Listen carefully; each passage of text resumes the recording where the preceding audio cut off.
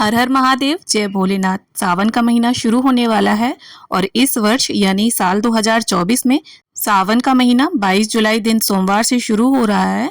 और सावन के महीने में पूरा महीना व्रत किए जाते हैं और कुछ लोग पूरे महीने व्रत रखते हैं और कुछ लोग सावन के जो सोमवार के दिन होते हैं तो उस दिन व्रत रखते हैं। तो आज की इस वीडियो में हम जानेंगे कि सावन के पूरे महीने व्रत कैसे किए जाते हैं और सावन के सोमवार के व्रत कैसे किए जाते हैं और इनका उद्यापन कैसे किया जाता है और कुंवारी लड़कियां इन व्रतों का उद्यापन किस तरह से करें। तो चलिए वीडियो को शुरू कर लेते हैं। तो देखिए, सावन के जो व्रत होते हैं वो 3 तरीके से किए जाते हैं। तो पहले तरीके में फलाहार व्रत किए जाते हैं जिसमें अन्न, नमक, मिर्च, मसाला बिल्कुल ग्रहण नहीं किया जाता। और फलाहार व्रतों में दूध, दही, मिठाई, मेवे, फल ये चीजें आप ग्रहण कर सकते हैं। और दूसरा जो तरीका है वो ये है कि आप एक समय यानी शाम के समय मीठा भोजन कर सकते हैं, यानी मीठी पूड़ी, लड्डू, चूरमा ये चीज़ें आप ले सकते हैं। मतलब इस व्रत में नमक बिल्कुल नहीं खाया जाता। अगर आप नमक खाए बिना नहीं रह सकते तो आप सेंधा नमक यानी व्रत वाला जो नमक होता है उसे खा सकते हैं, लेकिन तेल, मिर्च, मसाला आपको नहीं लेना है। शुद्ध देसी घी में आप आलू फ्राई वगैरह कर लें और दही में नमक डालकर ले सकते हैं। तो इस तरह से आप मीठे व्रत कर सकते हैं।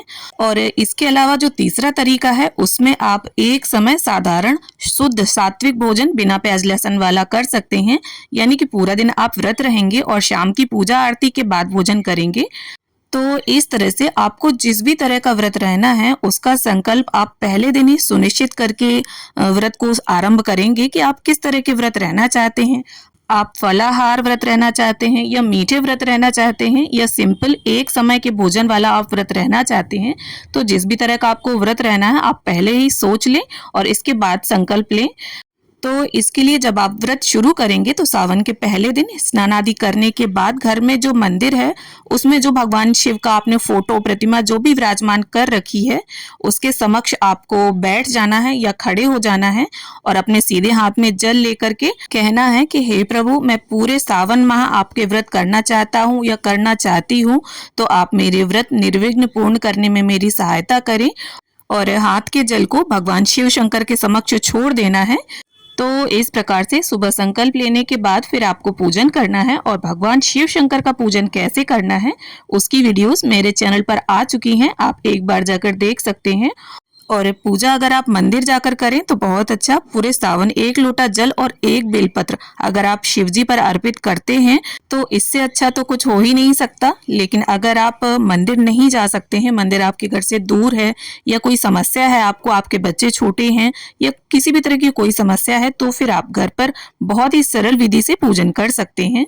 तो इस तरह से संकल्प लें, पूजा करें। और तीनों तरह के व्रतों में देखिए आप दिन में चाय, फल, मिठाई, मेवे, दूध, दही ले सकते हैं। और शाम के समय जिस भी तरह का आप व्रत हैं, शिव जी की पूजा करने के बाद आपने जो भी खाने में अपने लिए बनाया है उसका भोग लगाने के बाद आप खुद खाएं। और पूरा महीना हमें इसी तरह से व्रत करना है। और जो लोग सिर्फ सावन के सोमवार के दिन का व्रत रहते हैं उसमें देखिए, उसमें या तो आप फलाहार करें या फिर सेंधा नमक ले सकते हैं और अन्न ले सकते हैं, लेकिन मिर्च, मसाले, तेल ये चीजें नहीं खाई जाती। और जो लोग सोमवार के व्रत रहेंगे सावन को, उनको संकल्प सोमवार के दिन ही सुबह सवेरे लेना है। और देखिए, चाहे आप पूरा सावन का महीना व्रत करें या फिर सिर्फ सावन के सोमवार के दिन व्रत करें, आपको उसमें उड़द दाल, मूली, कढ़ी ये चीजें नहीं खानी है। सावन माह में ये चीजें खाना निषेध होता है। और अब हम जान लेते हैं कि सावन माह में किए गए व्रतों का हमें उद्यापन कैसे करना है। तो देखिए, जब पूरे महीने व्रत करने के बाद आपके जब व्रत पूर्ण हो जाएंगे तो आखिरी दिन यानी कि सावन माह के आखिरी दिन पंडित और पंडिताइन के जोड़े को घर पर बुलाएं और उन्हें घर बुलाकर शुद्ध सात्विक भोजन कराएं और वस्त्र दान दें। और देखिए, वस्त्र में पंडित जी को आप पजामा कुर्ता या धोती कुर्ता या फिर पैंट शर्ट जो भी पंडित जी पहनते हैं उन्हें वो दे दें। और पंडिताइन जो भी पहनती हैं सूट साड़ी उन्हें वो दान करें। और साथ में पंडिताइन को श्रृंगार का सामान जरूर दें, क्योंकि सावन माह जो होता है वो शिव जी और माता पार्वती के लिए बहुत विशेष होता है। और माता पार्वती को सुहाग का सामान जरूर चढ़ाया जाता है सावन मास में। माता पार्वती गौरी माता का ही स्वरूप है और गौरी माता सुहाग देने वाली होती हैं। तो आप श्रृंगार का सामान जरूर दान करें और सभी सामान के ऊपर आप यथासंभव दक्षिणा जरूर रख दें।